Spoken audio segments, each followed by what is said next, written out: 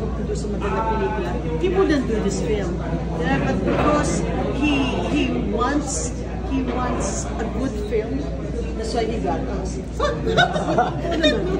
No, thank you so much. No, thank you so much for believing in us. And thank you so much for investing in this. Investing in us.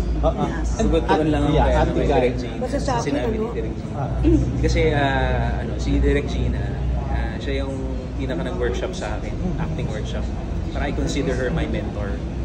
So talagang feeling ko nga after ng workshops namin, close ko na sa kanya kasi alam niya talaga lahat about me.